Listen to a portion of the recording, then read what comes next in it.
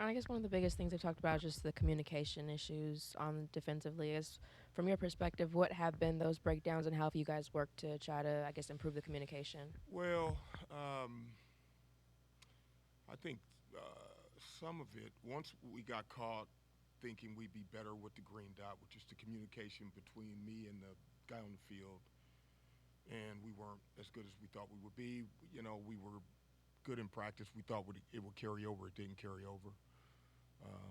And then I just think we just had to grow into, or continue to grow into, being a team that communicates. We really don't have an alpha out there who's really doing that, but we do have guys who are, right now this team is trying to improve and be the best we can be, and so we do have guys that are really buying into. If you saw us last game, there are really a lot of guys talking out there. Coach, I'm assuming communication is part of the issue when you had two fourth down situations that turned into touchdowns. Can you speak on in those two moments as well as their mindset to overcome that? Yeah, the one was not a communication issue. Guys are pointing at their guys. It was really a discipline issue of guys just not taking their guys. So that was a tough one. And then they schemed us on the one. They got us. They got us on the one. It was a good call by them, and they picked us and they got it. Uh, Jeff Are you said, talking? No, no, no. I'm sorry. You're talking about the which one was the right? Yes, yes.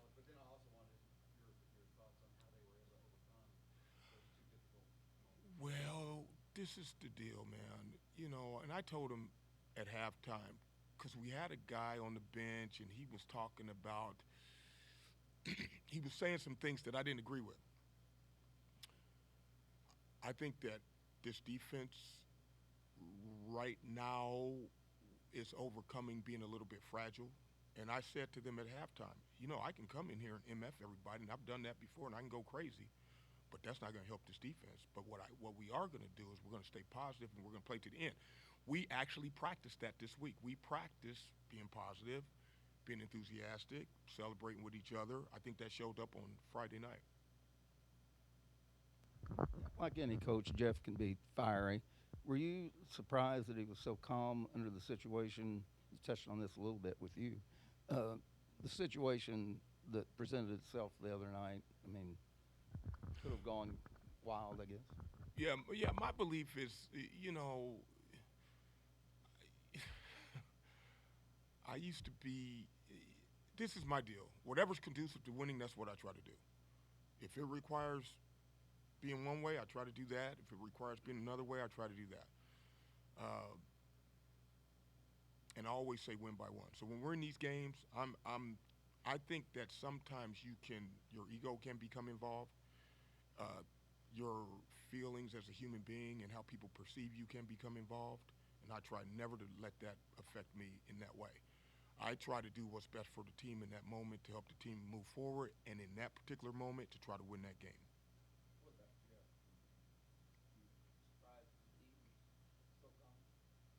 I can't speak to Jeff. I can't speak to how he reacts. He has a passion for this game. He has a passion for this school, and however that comes out is how it comes out. And I want to be the best I can for him, and I tell him that all the time, and I mean that. I want to be the best I can for him. I want to be the best I can for Louisville, and I'm going to continue to work to do that. Coach, you mentioned doing anything conducive to winning and maybe some of the, as you said, fragileness on the sideline when it comes to the defense. At this point in the year, how hard is it to change mentality? And what are some of the challenges of getting that back to where you want it to be Right. down the stretch? We don't, I don't really look at it like that. I try to look at it like I've said all along, hey, guys, you're going to get there. We're going to get there as a defense, right? Our issue has been, making mistakes at multiple levels of the defense. If it was just one guy or one unit, we would be able to put our, kind of put our fingers on those dams, but it's on those holes. But it's not really been that. It's been every level. So I just try to stay positive and continue to work with these guys. But the other thing is, we've stressed from the beginning, hey, look, you just continue to try to get better every day, every week. So I don't even look at it like okay, this is game 7 or game 6 or whatever it happens to be.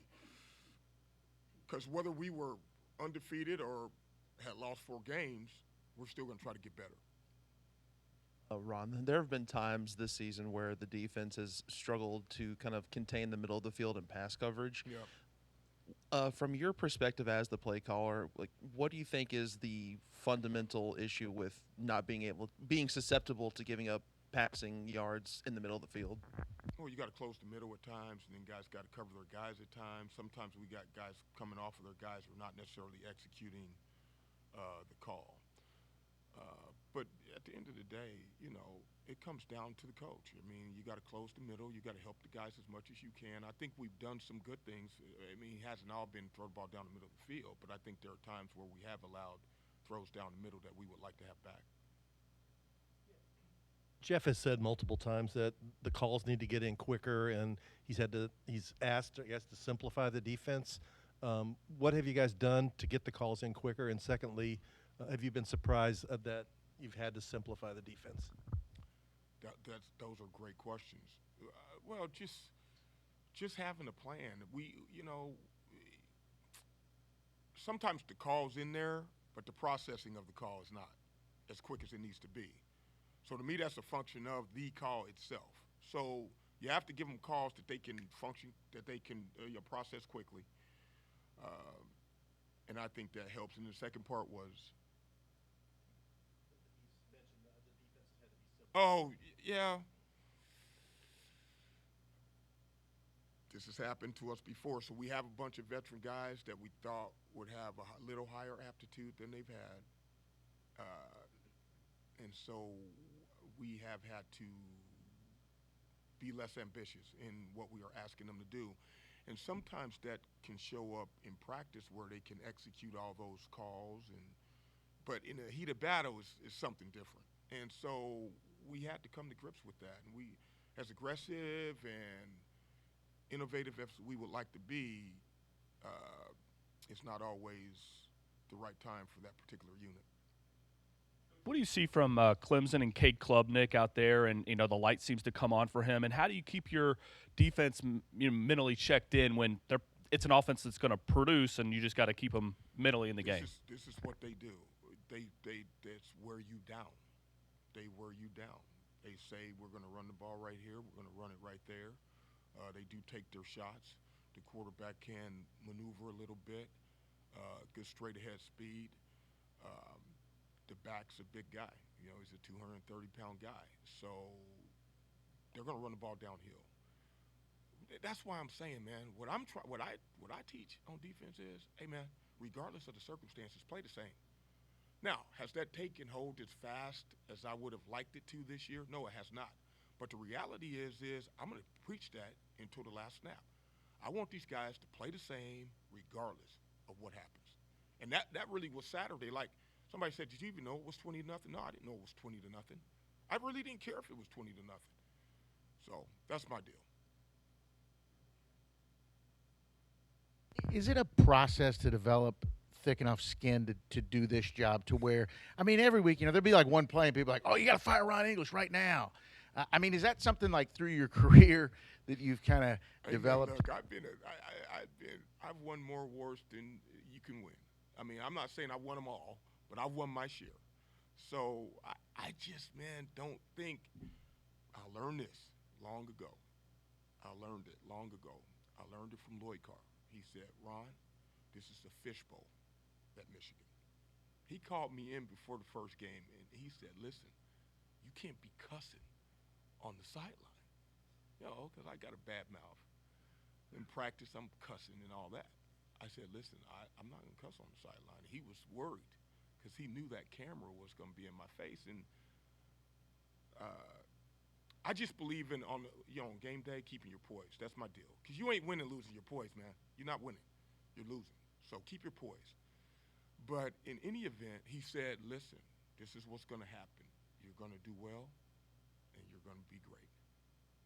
And you're not going to do well, and you're going to be bad and awful, and they're going to want you out of here. Now, he said, now there's a time where it's going to be time for you to go. Because here, there's always a time.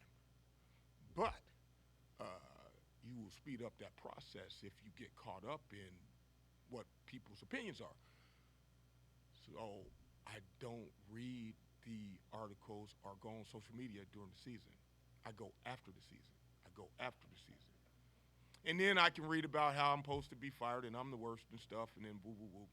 I was, when we lost to App State, of course I was, well, what's he waiting on? He should have fired them, as soon as the clock hit zeros. And then when we beat Tebow in Florida, then we were 3-touchdown underdog or whatever, then I should be the head coach. So it just is what it is. It is what it is, man. That's why I really just try to do my best for the people, man. I try to do my best for the people. Who are the people? The people is this university, the people sitting in those chairs, and Jeff Brohm. I want Jeff to have success, man, and he will. That's what I'm here for. That's what I care about. Thank you.